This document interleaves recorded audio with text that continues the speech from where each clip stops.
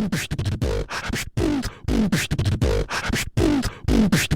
we're going to bypass the big national headlines, the grand economic policies. Our mission is much more tactical. We're diving right into the physics of consumption, the atomic level of the economy, microeconomics. That's a great way to put it. We're focused squarely on the individual ground level decisions, the things that dictate everything from the price of bread to how a whole industry works. That's exactly right.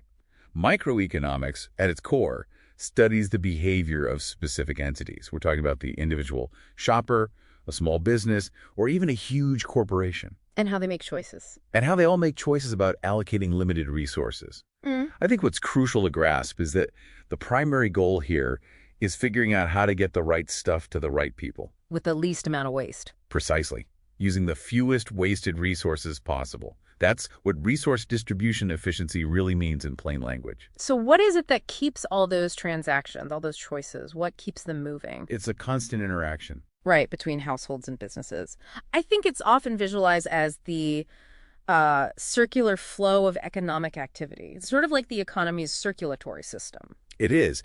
And thinking of it as a continuous loop really helps clarify the mechanics. Let's take a simple example. Imagine you, the listener, go out buy a cup of coffee. Okay. That single transaction, believe it or not, represents all four paths of this flow. All four. Yep. So you hand over your cash, that's the expenditure flow, your personal expense. The coffee shop gets that money, which for them is the money flow, their revenue. Now I get the coffee. You got the coffee, that's the product flow. But, and this is the key, for that coffee to even exist, the shop had to hire a barista, buy the beans. Right, they had to get resources from people. Exactly. That's the resource flow, where households sell their labor or land back to the business. Yeah. That whole four-part loop, it's just constantly turning. It's the engine. Okay, so that's the basic system. The engine is running. But how does the market decide how much money flows in that circle? That gets us to price, right? It gets us to price, to supply and demand. So supply put simply, when prices are higher, businesses are generally more motivated to sell more of a product, a direct relationship. But demand is the opposite. As a consumer, you generally want to buy less of something as the price goes up. Which raises the big question. When do those two conflicting pressures actually settle down? And that's equilibrium. That's market equilibrium. It's that critical point where the pressure from sellers to charge more perfectly balances the pressure from buyers to pay less. When a market hits that point, the price can just stick for a while. But it's rarely that simple, of course. There's some real nuance here, which is where it gets interesting. Let's talk about elasticity. Right. Elasticity just measures how sensitive supply or demand is to a change in price. I mean, if you raise the price of something and people just immediately stop buying it, that product is elastic. Okay, so what's an inelastic product then? Well, if you raise the price and people barely change how much they buy, think essential medication or, gasoline, that product is inelastic. And governments know this. Oh, absolutely. It's a huge insight for policy.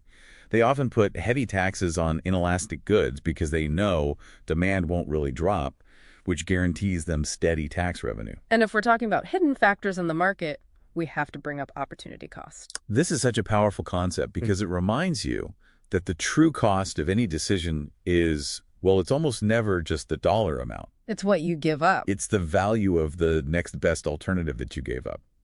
If you spend an hour listening to this deep dive, the opportunity cost is the value of the hour you could have spent working or relaxing or doing laundry. It forces you to account for the missed opportunity. So where do we see all these mechanics playing out in the real world, day to day? Literally everywhere. Think of a tech company trying to price a new smartphone. They're absolutely analyzing the elasticity of demand.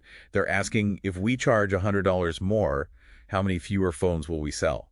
That calculation is everything.